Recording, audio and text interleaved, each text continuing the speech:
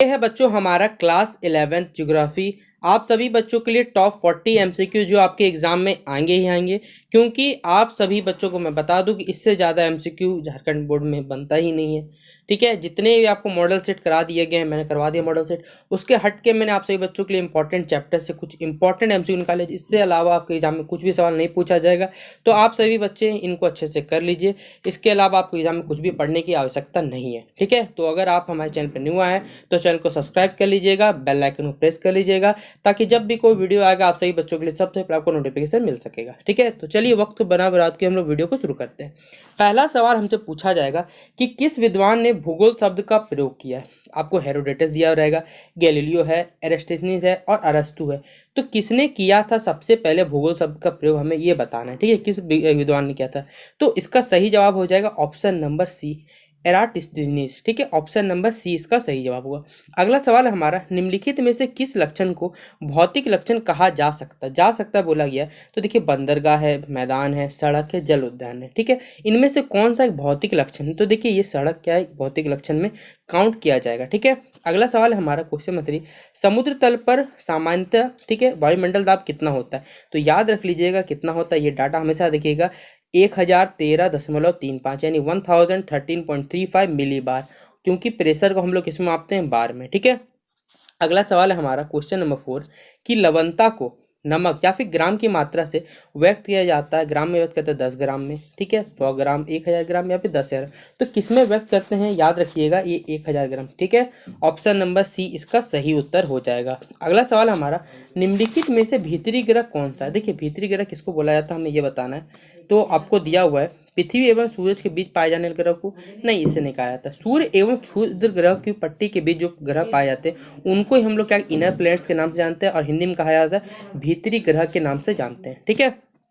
अगला सवाल है हमारा, गहरे लंबे एवं विस्तृत गर्त या बेसिन जिनके शीर्ष द्वारा खड़े ढाल वाले एवं किनारे खड़े एवं अवतल होते हैं वो क्या कहलाते हैं। सार कहलाते, पारसी हिमनोट कहलाते, घाटी हिमनोट या फिर एस्कर कहलाते। तो ये क्या कहलाते, सर्क कहलाते। इंग्लिश में नहीं कहा जाता, सर्क कहा जाता है। ठीक है, अगला सवाल हमारा, यू आकार की देखिए घाटी जो है वो कहाँ बनती है। इंपॉर्टेंट सवाल है एकदम, क्योंकि कहाँ बनती है, जहाँ पर हिम नदी, हिमानी जो नदी क्षेत्र में बहती है वहाँ पर यू आकार की क्या आकृति बनती है। तो ऑप्शन नंबर डी क्या हो जाएगा, इसका सही जवाब हो जाएगा।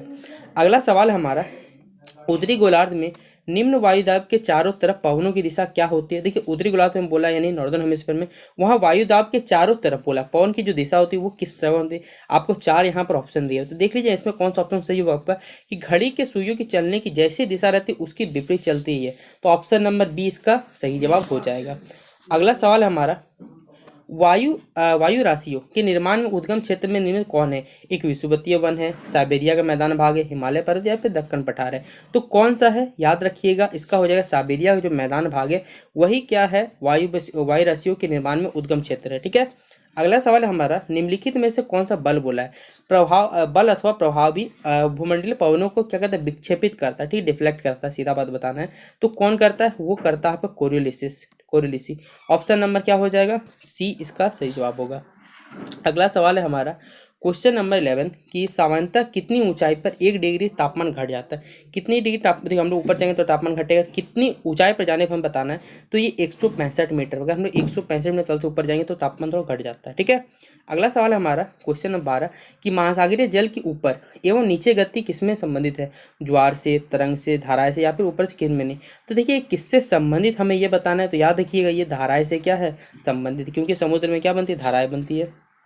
अगला सवाल है हमारा क्वेश्चन 13 कि बृहद ज्वार, देखिए जो बृहद मतलब होता है बड़ा ज्वार जो हटाता है, वो आने का एकमात्र कारण क्या हमें ये बताना है। तो ये याद रखिएगा, जब चंद्रमा और सूर्य के बीच दोनों का जो डायरेक्शन होता है वो पृथ्वी बल से क्या होता है, विपरीत होता है। और ये देखिए कहाँ है, विपरीत वाला ऑप्शन, ऑप्शन नंबर बी में इसका सही जवाब छिपा हुआ है। ठीक है, अगला सवाल है हमारा क्वेश्चन नंबर 14 मलबा अथवा अधभाव या फिर हिमस्खलन, ठीक है, को किस श्रेणी में हम लोग क्या करते हैं, सम्मिलित करते हैं। तो देखिए इसको भी किस में रखा जाता है, हमारा तीव्र प्राही विरह संचलन में रखा जाता है। ऑप्शन नंबर 14 का बी टिक करिए सही जवाब। अगला सवाल हमारा कौन सी लघु उच्चाव आकृति महासागरों में नहीं पाई जाती? समुद्र टीला हो गया, महासागरीय गंभीर, प्रवाल द्वीप या फिर निगमन द्वीप। तो कौन सा नहीं पाया जाता हमें बताना है। तो याद रखिए कौन सा नहीं पाया जाता है, वो है प्रवाल द्वीप नहीं पाया जाता है। फिर देखिए इंपॉर्टेंट सवाल, अलकनंदा तथा भागीरथी के संगम को हम लोग क्या कहते हैं? वेरी वेरी इंपॉर्टेंट सवाल टिक करिएगा। देवप्रयाग से नाम जाते हैं या फिर देवप्रयाग के नाम से भी जानते हैं। फिर तिब्बत में बताइए ब्रह्मपुत्र जो नदी है वो तिब्बत में क्या कहलाती है, हमें ये बताना है। इतना ये सवाल पूछा है। सांगपो नदी क्या नहीं कहते हम लोग इसे। अगला सवाल हमारा, निम्नलिखित में से कौन सी नदी प्रायद्वीपीय भारत की सबसे लंबी नदी बताया जाता है? तो याद रखिएगा भारत की सबसे प्रायद्वीपीय भारत की सबसे लंबी नदी पूछा हो, याद रखिएगा तो क्या हो जाएगा? गोदावरी। अगला सवाल है, बिहार का शोक नदी किसे कहा जाता है? याद रखिए कोसी नदी कहा जाता है। इंपॉर्टेंट है क्योंकि कोसी नदी के कारण ही बिहार में मोस्टली क्या आते हैं? हर वर्ष बाढ़ आती है। ठीक है। अगला सवाल हमारा कि भारत के किस देश में कोप के नाम से एस वर्ग की जलवायु है? तो ये कौन से क्षेत्र में पाया जाता है, हमें ये बताना है। तो याद रखिए कोरोमंडल तट में पाया जाता है। जो कोरोमंडल का कोस्ट है उस क्षेत्र में क्या होता है? कोपेन के एस वर्ग की जलवायु होती है। ठीक है। अगला है हमारा कि भारत पे किस प्रकार की जलवायु पाई जाती है? सीधा बात है कि भारत में उष्ण पाया जाता है। ठीक है। तो ऑप्शन नंबर क्या हो जाएगा? ए इसका सही जवाब होगा। अगला सवाल है हमारा, उत्तर पूर्वी मानसून में सर्वाधिक वर्षा प्राप्त करने राज्य है? आसाम है, पश्चिम बंगाल है, तमिलनाडु, उड़ीसा। कौन है सबसे उत्तर पूर्वी मानसून में बोला गया? उत्तर पूर्वी मानसून सबसे पहले कौन करेगा? वो तमिलनाडु, क्योंकि एंटर कहाँ से करता है? हमारे नीचे साइड से एंटर करता है। मैप में अगर देखा होगा भारत में अगर, तो तमिलनाडु साइड से क्या होता है? मानसून एंटर करता है। ठीक है।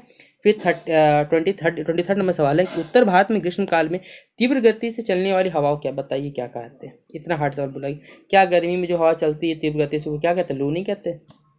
अगला सवाल हमारा, चंद्रमा की उत्पत्ति कब हुई थी? तो याद रखिएगा लगभग माना जाता है 4.44 अरब वर्ष पूर्व। सोच लीजिए कितना आज का नहीं है। तो ऑप्शन नंबर क्या है? ए इसका सही जवाब हो जाएगा। ठीक है। अगला सवाल है हमारा 25 नंबर, जीन्स और जेफरी ने किस सिद्धांत को प्रस्तावित किया था? बिग बैंग को, द्वितारिक को, संघटन परिक्रमण या फिर न्यायिका को? तो देखिए किसने इन्होंने क्या किया था? तो जो द्वितारिक घटना है उसको क्या कर इसके सिद्धांत को प्रतिपादित किया था। फिर क्या है? पृथ्वी ब्रह्मांडों का केंद्र, ये जो शब्द है ये किसने कहा था, हमें ये बताना सीधा सीधी। तो किसने कहा था? ये कहा था अरस्तु ने। फिर देखिए अगला क्वेश्चन, इतना हार्ड क्वेश्चन पूछा हुआ है, सौरमंडल का केंद्र कहाँ है बताइए? क्या सूर्य नहीं होता? अगला सवाल है हमारा, सूर्य केंद्रित परिकल्पना किसने प्रस्तुत की थी? सबसे आर्यभट्ट ने, प्लेटो ने, सुकरात ने या फिर टाइफून ने? तो किसने प्रस्तुत की थी? याद रखिएगा ये आर्यभट्ट ने क्या की थी? सूर्य केंद्रित परिकल्पना। ठीक है। फिर 29 सवाल है हमारा कि ब्रह्मांड की विस्तृत परिकल्पना का सर्वप्रथम सिद्धांत कौन सा है? द्वितारिक है, बिग बैंग है, अनुहारिका विकास या फिर क्षुद्राणु परिवर्धन है? तो कौन सा है ये हमें बताना है। तो क्या हो जाएगा? बिग बैंग थ्योरी से क्या हमारे ब्रह्मांड का निर्माण हुआ माना जाता है सर। फिर 30 नंबर सवाल हमारा, तारों का निर्माण कब हुआ? देखिए बहुत बड़ा सवाल है ये, लगभग आज से नहीं। जिस तरह 4.4 लाख वर्ष अरब लाख वर्ष पूर्व किसका निर्माण हुआ? तन्मय। उसी तरह ये लगभग 5.5 से 6 लगभग एस्टिमेट डाटा है, ऐसा कोई फिक्स डाटा नहीं है। ठीक है। ये अगला सवाल है हमारा कि भूकंपीय तरंगों का अध्ययन करने वाले बताइए क्या कहा जाता है? इसके हम लोग सीधा बचपन पढ़ते आ रहे हैं कि जो सिस्मोग्राफ होता है वो क्या करता है? भूकंप तरंगों क्या करता है? अध्ययन करता है। ठीक है। ऑप्शन नंबर बी हो जाएगा सही जवाब। अगला है, पृथ्वी का औसत घनत्व कितना है? तो हमें मालूम है कितना है, 5.5 औसत क्या है? घनत्व है इसका। ठीक है। पृथ्वी के अंदर पिघले पदार्थ बताइए क्या कहते हैं इसे? लीजिए इतना वही सवाल पूछा गया। क्या ये मैग्मा नहीं कहलाता है? क्योंकि हमारे आज के 3 भाग है, मेंटल, क्रूड। ठीक है। मेंटल है, क्रूड है, ये हमारा इसका मेंटल। मैग्मा क्या है? इसका अंदर ही भाग है। किस ज्वालामुखी को रूस सागर का प्रकाश स्तंभ के नाम से जाना जाता है? इंपॉर्टेंट सवाल टिक कर लीजिएगा। क्या स्ट्रोम्बोली जो ज्वालामुखी है उसको किस नाम में जाना जाता है? रूस सागर का प्रकाश स्तंभ। अगला कोलरेडा कहलाता है, सीधा बात है कोलरेडा क्या कहलाता है बताना है। तो विशाल क्रेटर कहलाता है कौन? कोलरेडा। अगला सवाल हमारा, चट्टानों के रूपांतरण का कारण है। देखिए बताना, दाब है, ताप है, ताप तक दोनों, इन ऑप्शन डी। तो याद रख लीजिए हमेशा ये सवाल, ताप तथा दाब के कारण दोनों क्या करते हैं? चट्टानों क्या होता है? परिवर्तन होता है। फिर देखिए महासागरों का औसतन लवण कितना होता है? लवणता कितना होती है? याद रखिएगा ये सवाल भी। तो लगभग माना जाता है कि आपका 35% में क्या होता है? लवण होता है। अगला सवाल है हमारा 38 नंबर कि निम्नलिखित में से कौन किसी स्थान के तापमान को प्रभावित कर सकता है? अक्षांश, ऊंचाई, समुद्र या इनमें से सभी? तो देखिए ये सारे के सारे घटक क्या कर सकते? किसी भी स्थान के तापमान को प्रभावित कर सकते हैं, इसलिए ऑप्शन नंबर डी क्या होगा सही जवाब। अगला सवाल हमारा, निम्नलिखित कौन सा भौतिक लक्षण नहीं है बोला गया? तो देखिए वो क्या हो जाएगा? पतन नहीं हो जाएगा, क्योंकि ये हमारा भौतिक से जुड़ा हुआ नहीं है, सीधा बात है।